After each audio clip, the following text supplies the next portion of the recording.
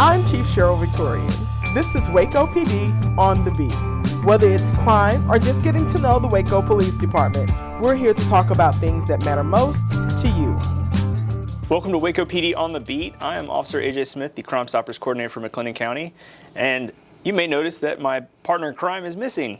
We've got Stephen, one of our explorers, with us today.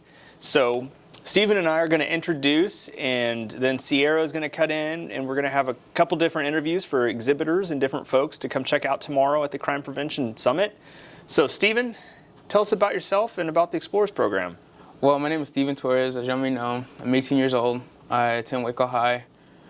The reason I wanted to be an explorer was because I was raised in a predominantly, I'm not going to say anti-police household, but more in a household that didn't necessarily respect law enforcement and were like, oh, you see them, they're only gonna, hurt minorities, and that's all they want to do is genocide us. So I, being younger, I believed it, and so when I got a little older and I started to think for myself, I decided that, I'm going to see the other side of it. And here I am now, a lieutenant. Okay, so you're a lieutenant with the Explorers. Yes, sir. What does that mean? It means our rank structure is we have a captain, and then we have a lieutenant, and then we have 2 sergeants, and then the rest are just explorers. I'm the second in command, so when the captain's not here, I take control over the thing besides Officer Martinez and Officer Smith here. But then I take control over it, and I make sure that everyone's following directions, orders, and stuff like that. Awesome. So that's probably why you got picked for the interviews, because the captain's not here tonight? Yeah, probably. Yeah. But hey, you've got experience with interviews. You've done some cool things with the Explorers. So what is the Explorer program for people that may not know? So the Explorer program is funded by Learning for Life, Boy Scouts of America, for people, boys and girls, ages 14 through 21. Basically, what I like to say is it teaches you how to be a responsible young adult, law-abiding citizen, and you get to do some cool things in it as well. Heck yeah. That's very fun. That's a good description of it. So you guys are going to be at the Crime Prevention Summit, right? Yes, sir. You're going to be helping out, and then some of you guys will have a booth if people are interested, right? Yes, sir. So who can apply? Who can look into it? Really, honestly, if you're really any kid between the ages of 14 through 21, and if you have any more questions, then you got to call Martinez on that one. But if like a kid wanted to meet with you, someone high school to 21, look for you in a shirt similar to this on Saturday? Yes, sir, they can. What got you into the Explorer program? How has your opinions or your thoughts on police been impacted by your involvement with the program? Well, I can honestly say that being, to the naked eye and to the untrained eye, many police encounters that may be recorded, to the untrained eye, many people may not understand it. But being in this program has helped me look through and be like, okay, well, this was necessary in order to prevent this from happening, or he did this because this was going to happen. And it just changed my outlook on it, because I was able to see that, it's not only about chasing criminals and running lights and sirens down the side of the road. It's more about paperwork and sitting through long seminars and, just overall, just more into depth about it. Not only about, and it's not all fun and games sometimes. I've been to 2 police officers' funerals now, and I can say those are one of the hardest things you can go through. Definitely. And I'm not even in law enforcement yet, so. Yeah, but I mean, you're involved. You're here every week. You're here probably a lot more than that, because we always get you guys on board for volunteering for things. What are some things that you've done through the Explorer program? That's a lot. That's a lot. I can honestly say the things that I've done is just, engage with the community a lot more. Help with, like the police memorial run. Yeah. Help them. Help a lot of people with, helping a lot of people who may not see, we're involved with the community a lot. And, one of the things that I have done is, just being there and showing everybody that, a face like mine can get involved in stuff like this. Awesome. So I know you guys have done some competitions. COVID's kept me from being able to go be a part of one of those, but obviously you guys do a lot of competitions. What do those look like? So the competitions, in my opinion, are very, very fun. I only been to one so far because COVID, came and messed everything up. But yes, it has. but one of the when we go to competition, it's basically based around scenarios that we do here at the police department and in Explorers, from family violence to building searches to crime scene, all kinds of things, and it's more based around making sure that when you get there and you're training, the competition is more about based if you actually got it and you can do it efficiently. So the competitions are kind of a test of your skills on basic police tactics and investigations and that kind of thing? Okay. To be a part of this program, you had to go through, you had to fill out an application, background check, and then you guys get CJIS trained, so you kind of have a higher expectation put upon you. Yes, sir. How has that impacted your life? How does that change things for you in school and what you do outside of school? Well, for one, my teachers know, because certain people like to, tell the world about things. So a lot of teachers have seen me in uniform and, participating in things like this. So I'm held to a higher expectation than most of my peers. I'm expected to be on class on time, keep straight A's, and, overall just keep a good appearance, because not only does my appearance and my actions affect myself now, they affect the police department as a whole, and you don't want to go out there and, act crazy and like you don't know anything's going on, because then that reflects on the police department, and, especially with the current climate going on around policing, it makes it just that's how they're training them and stuff like that. That's awesome, because, that's a big expectation, and that's a lot of pressure for you to not do anything inappropriate if you're representing us, and that's cool to hear that you feel the weight of that and take it to heart. Being in high school still, do you see that these expectations that people have for you have kind of guided you or challenged you to be different than your peers? Yes, and it has a lot. I can tell you so many stories of kids getting arrested for drug possession in my school, kids bringing guns to school, and overall I can tell you so many stories of just kids falling on the wrong path. And the Explorers I'm thankful, because these expectations have kept me on the right track. Teachers see me in the hallways, they're questioning, "What are you doing in here? You're supposed to be in class, Mr. Police Officer," or just making sure that I'm keeping on on track, so I don't fall on the wrong path. Like an accountability. Exactly. Sorts. So I have many of my teachers, even though I can tell you so many teachers, even though their beliefs don't necessarily align with mine, they still make sure that I am able to achieve my dream of being a law enforcement, even if they may not like law enforcement, or even if they may not feel that law enforcement is necessary, or with the current climate, stuff like that. They make sure that I'm able to achieve my dream of being in law enforcement one day. That's awesome. They may not agree with what you're wanting to do, but they support you and encourage you to do it. Yes, sir. So that's cool to have. What would you tell somebody that's, contemplating getting in the Explorer program? Do it. Do it? Do it. Don't hesitate. Don't worry about the opposition. Don't worry about what people will say about you. And they don't have to want to get into law enforcement like you do. No. They could just be curious about the program. And Exactly. So I've had 2 friends who've gone through the program, and they've went to college, and if I remember correctly, one went to college to be a professor, and the other, I forgot what the other one went to be. But you don't, just because you're in Explorers doesn't necessarily mean that you have to be in law enforcement. If you did, it'll help you a lot. It'll push you through a lot more, but it doesn't necessarily mean you have to be in law enforcement. Just like JROTC doesn't mean you have to serve in the military. Okay. That's a good comparison, because I'm sure a lot more high schoolers are familiar with JROTC because they see it every day. Yes. And this is another extracurricular activity that puts you down a good path instead of a negative path. Yes, sir. Awesome. Any last thoughts or anything you want to say to anybody that might be thinking about Explorers or coming to the summit on Saturday? Ask as many questions as you can. Okay. Because there's a lot of valuable information that you can gain from just talking with people, explorers, police officers, because there's a lot of our explorers here come from many different paths, and at the end of the day, we're all here for each other, and regardless of our political beliefs, regardless of our backgrounds, regardless of our economic status, regardless of anything. And there are a lot of police officers who are exactly like that. They're still brothers and sisters in blue at the end of the day. Heck yeah. And something that I've noticed watching you guys, even when new people come on, it doesn't take long for you guys to click and become a very tight-knit group and, start poking fun at each other and holding each other accountable. There's a couple things like putting your hands in your pockets you're not going to be allowed to do if you do join the Explorers.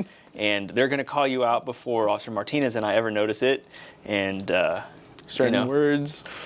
Yeah, it's awesome to see that bonding between you guys. Yes, so I highly recommend the program for anybody with a kid or a child that's between 14 and 21, or anybody that's got questions about law enforcement that's a young adult. Definitely come check out the program. And if you don't have any more thoughts for us, I'm going to say, and Sierra's probably going to say it a couple times after me, and I know I'm going to say it again later, but come meet us and talk to us at the Crime Prevention Summit at Knox Hall on Saturday, tomorrow morning, or really all day tomorrow. Come check us out, come meet with us, and learn some crime prevention techniques and see some of our fantastic exhibitors we're going to have. Well, it's that time of year again, and it's the time where we search for new recruits to join our police department team. The Waco Police Department's civil service test is scheduled for March 19th. This is a day where a written and physical test is complete that you have to pass to start the process in becoming a Waco police officer. Before the civil service test is taken, you must complete an online application that you can find on our website, wacopolice.com. The deadline to complete that application is March 1st. And for any questions, you can call our personnel unit at 254-750-7510. Thank you, AJ. Now we are here with Sergeant Zaboral, who you guys might remember. He came on our very first episode of Waco PD on the Beat. So welcome back. Thank you. Yes, we appreciate you. And it's kind of shocking, like, oh, really, you're going to have the same person back, more than once? But yeah, we are. Because I'm super awesome. You're super awesome. And also, people are still burglarizing vehicles.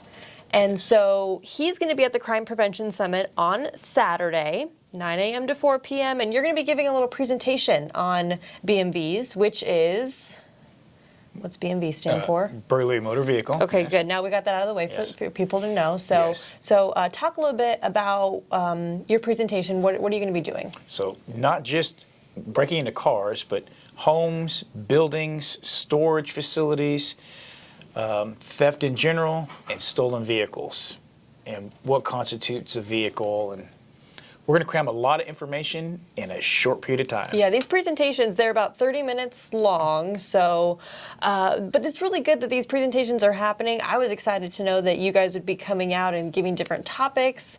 Why is it so important that you come out and you be a part of this? Because we, Waco Police Department, care about our victims, and I don't like bad guys. I don't like thieves, and I want to help you guys protect yourselves. It also reduces crime, and it makes my job easier. I like an easy job. Yeah. Now, I know we've talked about BMVs before, obviously, very first episode we had, and burglaries in general. It's not stopping since we've talked about it. Actually, in the month of January, unfortunately, crime's gone up a little bit in that department. So I'm just being notified of that. Come on, you see the cases that come in. Yeah, I do. You have a lot. I see them on your desk. Yes. You've got a stack of them. So, just talk about how it doesn't stop. There's no end to this. There's not. The bad guys are going to keep victimizing people who are allowing it to happen. Crimes of opportunity are out there everywhere, and we want to try and thwart that and keep them off the streets and keep them from taking your stuff. Yeah, exactly. So that's why the big push for this Crime Prevention Summit is to prevent that crime or deter it from happening, And so why is it so important, or what can some people do to, prevent maybe their car, their home being burglarized? Oh, dude, you're totally taking away from the thunder of my class. Oh, okay. Only give me just a taste. A little taste. How about locking our vehicles or removing valuables out of our vehicles. Just because you think it's hidden, it's not hidden. The bad guys will get in your car and get your stuff quicker than you can imagine. Yeah, it's the simplest thing too that people don't realize. Like you said, locking your car, locking your door. Why don't people do that? I mean, people get in a hurry. People a lot of times don't think they're going to be victims. It's not going to happen to me. It's somebody else. Well, crime doesn't care. They're going to hit anybody and everybody. No. And how often would you say that you're seeing cases come to you in your unit? Oh, daily. I mean, multiple cases daily. And that's just all burglaries, cars, homes, buildings, all that, plus stolen vehicles. Right. Please don't leave your car running and unattended. Running and unattended. How often does that happen? A lot. Really? And I have some actual case studies I'll be presenting in the class and what has happened to those vehicles since then. Okay. So do you know, I don't remember what time your class is, do you know? So I've got the same class twice. I believe the first one starts at 10, from 10 to 10:30, and I believe the second one is from 2:30 to 3. Okay, very good. So you'll be doing it twice. That'll be exciting. So those who can't come in the morning might be able to come in the afternoon. Yep. Bring your family. I'm going to bring my little mini-me with me. My son, he's 14, but so he's going to be there, and there's going to be a lot of great vendors from what I understand. Yeah, we're really excited. And why did you want to be a part of this event? Man, anything to reduce crime, to educate the public, help me, help you, help me. So, yeah, I mean, it's just, I don't like bad guys. I don't like thieves. And if this will help you guys, let's do it. Right, absolutely. Now, you mentioned crime of opportunity. What, the community member here might not know what that means. What is a crime of opportunity? So we see a lot of burglaries from vehicles where I just have in plain view of my car a laptop or some valuable, and the car door is unlocked. They're just going to walk by, check the door handle. Oh, hey, there we go, and they'll just take it. Or weed eaters sitting in the bed of a truck or on a trailer, not secured. They're just going to grab it and walk off and just get you when they can. Yeah, I will say that ever since I started here at the department, even in the mornings, it's been cold in the mornings. People like to run their cars. They like to heat. They like to warm them up. Yes. Come on. Yes. We can't do that now? No. Oh, you can, but you risk losing your car. Yeah. And I show a good picture of what happens to one that they warmed it up before they were leaving work at night, and what happens. And situational awareness is a big thing, and I know a couple of officers are doing some presentations that are going to cover situational awareness, being aware of your surroundings. Yeah, we have multiple presentations that will be over, human trafficking, and we're also going to be, you will be there for the burglary side of it. We've got a lot of different presentations that you guys are going to be able to join. Usually all of them are going to be about 30 minutes long, be all day. If you guys and everyone else presenting at this summit, I think a lot of people are going to get a lot of information they don't even realize is so easy to, like you said, just bring your laptop inside. Don't put it underneath the seat or hide it or put a jacket over it. I mean, if I see a jacket in the back seat, odds are something's under it. Something's cool is under that, right? Especially holiday seasons when you're Christmas shopping and leaving those packages in plain view in your car, lock them in your trunk. Just don't give them a reason to look in your car. Right. Now, I know, of course, we say the holiday season usually is kind of when it picks up, but for you, as far as burglaries go, it's kind of an all-year thing, right? Yes, year-round. We can always tell when the Baylor students are in session during school because they pick up then. They are always leaving stuff unlocked, opened, out, sitting on their porches. Yeah, I do notice parking garages is kind of a big hit sometimes. Yeah, I mean, there's plenty of cars. Bad guys know Baylor kids have money or their parents have money, and they're always going to have cool little gadgets and gizmos in there. Well, all right. Well, I am excited for your presentation. Anything, maybe to those people who might not be able to make it, but they are listening to this podcast, what's one thing that you would just tell them as they, work to prevent crime and prevent from becoming a victim in their life? Lock up your stuff, secure it, and look out for one another. Look out for your neighbors. Get to know your neighbors. because maybe they'll look out for you if you're looking out for them. Yeah, absolutely. Well, Sergeant Z, thank you so much. Looking forward to it. One more time, give those times for your presentation. 10 to 10:30 and 2:30 to 3. All right. Well, Sergeant Z, thank you very much. And let's bring it back to AJ, who is talking to another one of our vendors. Want to help solve crime in your neighborhood? Well, the Neighborhood Camera Initiative is something you might want to sign up for. Ring doorbells, Nest cameras, and all the other camera security systems installed on homes and businesses that are facing public areas are tools that could help our officers solve very important crimes. By signing up your camera or cameras in the Neighborhood Camera Initiative, it allows our officers knowledge to where these cameras are, and if a crime had happened, it could have possibly saw the incident in question. You can sign up your camera on the City of Waco website at wacopolice.com. Hey guys, this is Officer AJ Smith, Crime Stoppers Coordinator for McLennan County, and today we've got one of our exhibitors for the upcoming Crime Prevention Summit tomorrow, and this is JT Bice with Knox Technologies, and he's going to talk to us a little bit about what you do and Sure. how that affects our community. Yeah, absolutely.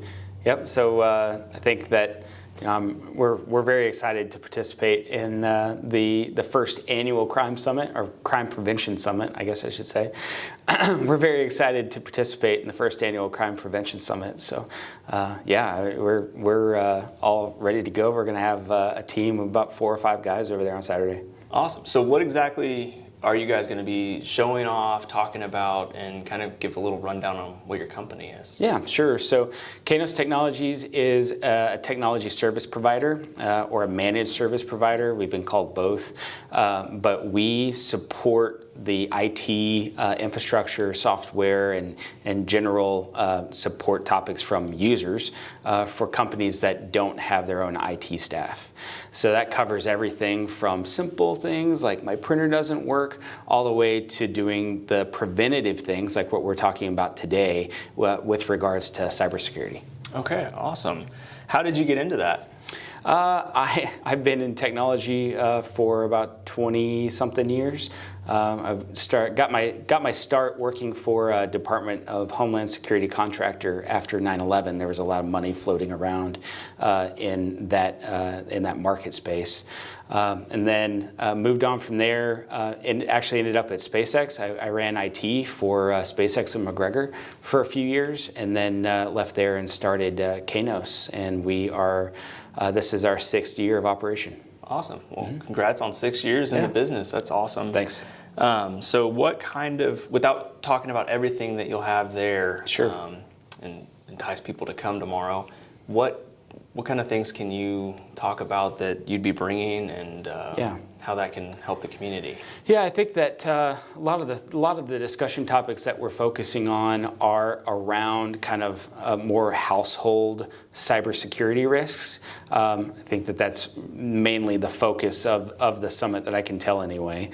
So we are, we're wanting to talk about things like password management, being able to identify a phishing email, making sure that people are following best practices from a local security standpoint, and that's using a password manager, not saving your passwords in the web browser, just all these things that we run into that our users, the users that we support, do every day, that we try to prevent them from doing, or try to educate them so that they don't do those things. So you're saying all of my passwords should not be password, and it shouldn't automatically log me in every time I just Definitely open Chrome? not. Oh, Yeah, no. yeah. So all of the passwords that are stored in Chrome and Firefox specifically can all be very easily reversed, and it doesn't even require administrative privileges to do that. Oh. Okay. Yeah. So if have anyone some- ever gets access to I have your some computer- changes to do when I get back to the office now. Yeah, so those are the kind of things that we're going to focus on. Computer encryption, just the general public, and the citizens of Waco on what their best hygiene is when it comes to dealing with cybersecurity. Okay. So how often would you say that you have to rescue a company, or not even rescue, but just how frequently are companies attacked by different means? Every day, every hour, every minute, and every second. I mean, it is we are constantly under attack. The main part of what we do as a technology service provider for businesses is to prevent those attacks from going anywhere.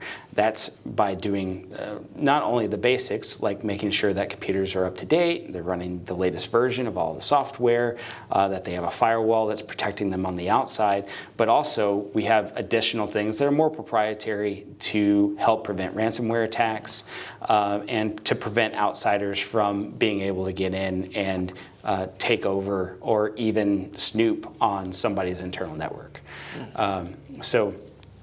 The ransomware is probably the most obtrusive thing and also the most popular thing that people like to talk about, just because of how seemingly easy it is for generally foreign nationals, Russians, Chinese, North Koreans, to infiltrate people's networks because they didn't have good cybersecurity hygiene, or they had open firewall rules on the outside that allowed them to get in and basically wreak havoc. I mean, they make all the computers completely unusable, and they just leave a little ransom note and says, send Bitcoin our way and we'll give you the encryption keys. Pay us and we'll fix it. Yeah, and that's what we're trying to prevent. I mean, we can do that not only through security and tools, but end user education is the best way to be able to prevent those types of attacks. The best defense is a good offense. You got it.